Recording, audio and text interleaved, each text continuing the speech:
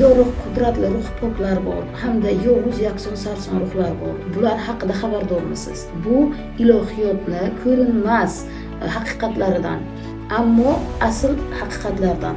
Yakson sarson yovuz ruhlar bilan folbinlar, magiyachilar bir-biriga zarar yetkazish uchun, insonlarga zarar yetkazish uchun ishlaydi. Bu yovuz yakson sarson ruhlarni, jinlarni, devlarni ishga soladigan folbinlarni ishi bo'ladi. Ammo odamlar suvga shakar solgan ta'mini ichib ko'rmaganday ko'rinmaydi. Xuddi shunday suvga tuz solinsa agar uni ta'mini ichib ko'rmasa bilmaganday bilmaydi. Yana yorug' qudratli ruh poklar bor. Bular avliyolar, payg'ambarlar va Alloh sevganlar. Alloh sevganlar yaraladi har necha yuz yil, necha ming yillarda va ularning kuchi yakson sarson ruhlarni ishlatuvchilardan ancha ustun bo'ladi. Bu Allohning qo'yishi bilan. Bular minglab, 10 minglab yillar, vaqtlar masofa orasida dunyoga keladi.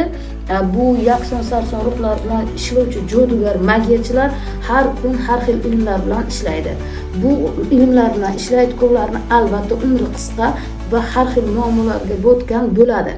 Ammo yorug' ruhlar bilan ishlaydiganlar, avliyo payg'ambarlardan kuch olib, ular bilan ishlab Allohdan insonlarga yaxshilik keltiradiganlarni hamisha Alloh panohida bo'ladi va Alloh o'zi qo'llaydi.